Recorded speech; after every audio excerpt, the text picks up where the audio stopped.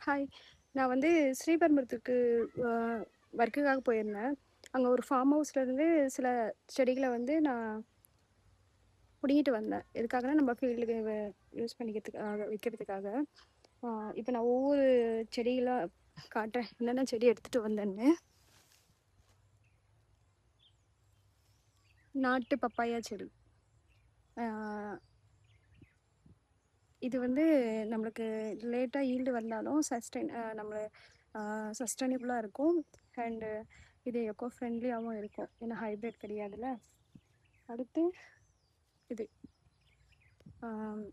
கோழிக்கொண்டை செடி நம்மக்கிட்ட இல்லை, அதனால் எடுத்துகிட்டு வந்தேன். அடுத்து துளசி, செம ஸ்மெல்லு இந்த துளசி, அதுக்காக எடுத்துகிட்டு வந்தேன். அதுக்கப்புறம் பார்த்தீங்கன்னா நாட்டு அத்திப்பழன்றோம்ல, அத்திக்காய் செடி.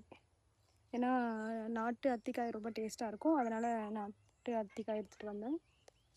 இங்கே பார்த்தீங்கன்னா கருவேப்பிலை செடி எடுத்துகிட்டு வந்திருக்கேன். நாட்டு அத்திக்காய் செடி எடுத்துகிட்டு வந்திருக்கேன். அண்டு இது பேர் மறந்துட்டேன் நான் ஆக்சுவலி. இதுவும் எடுத்துகிட்டு வந்திருக்கேன். பலாப்பழம் எடுத்துகிட்டு வந்திருக்கேன் நாட்டுக்கு. ஒரு லெமன் செடி எடுத்துகிட்டு வந்தேன். அடுத்து பார்த்தீங்கன்னா கற்பூரவள்ளி செடி எடுத்துகிட்டு வந்திருக்கேன்.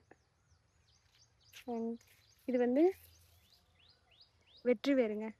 நம்ம வெற்றி வேர் வந்து வேர் பர்பஸ்க்காகவும் மண் அடிச்சுட்டு போகாமல் சாயில் எரோஷன் ஆகாமல் இருக்கிறதுக்காக நம்ம பன்ஸில் வைக்கலாம் அப்படின்றதுக்காக எடுத்துகிட்டு வந்திருக்கேன். நிறைய எடுத்துகிட்டு வந்தேன். ஆல்ரெடி கொஞ்சம் வச்சுருக்கேன், இன்னும் கொஞ்சம் ஆட் பண்ணிக்கலாம்னு சொல்லிட்டு. இதான் நான் ஸ்ரீபெரும்புதூர்லேருந்து எடுத்துகிட்டு வந்த செடிங்க. இது மொத்தம் நம்ம இயற்கை விவசாயத்தில். இது வந்து ஷோ செடி தான். சரி, அழகாக இருந்துச்சு, நம்ம ஃபீல்டு அழகாக இருக்கட்டும்ன்றதுக்காக எடுத்துகிட்டு வந்தேன். எல்லோரும் வீடியோ பார்க்குறீங்க, வீடியோக்கு லைக் பண்ணுங்கள், ஷேர் பண்ணுங்கள், கமெண்ட் பண்ணுங்கள். லாஸ்ட் வீடியோவில் லைக் போடவே இல்லை யாருமே. Please support to me. Thank you for வாட்சிங்.